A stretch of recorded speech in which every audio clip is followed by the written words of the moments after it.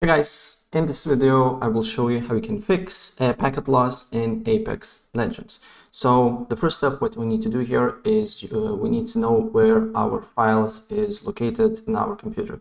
So if you're using Steam, you need to go to library and then Apex Legends, you need to right click on it, go to properties, and then you need to go to, as you can see here, installed files and browse. And then once we are in the browse, we can see that Apex Legends is on local disk C, program files x86, Steam, Steam apps, Common, and Apex, right? So what we need to do here next, after we know where basically Apex Legends is, we need to unsearch, just write virus and threat protection. And then we need to go to manage settings here under the virus and threat protection settings. And then scroll down until you see exclusions, and then you need to add or remove exclusions, right?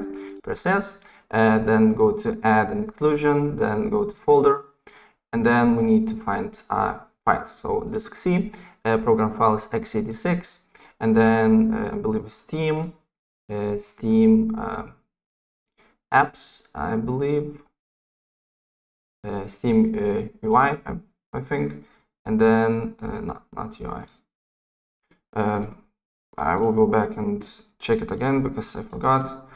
As you can see here, browse, Steam, Steam apps, Common, and Apex Legends, right? So go back, Steam, Steam apps, Common, and Apex Legends, and then select the folder here.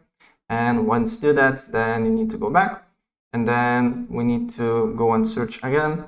And then you need to just write Windows Defender Firewall, and then we need to go to allow an app or feature through Windows Defender Firewall. And then first we need to just click on one of the tasks here and look for Steam. And as you can see here, there is Steam, and all the check marks is selected here. And then we need to go to Apex here.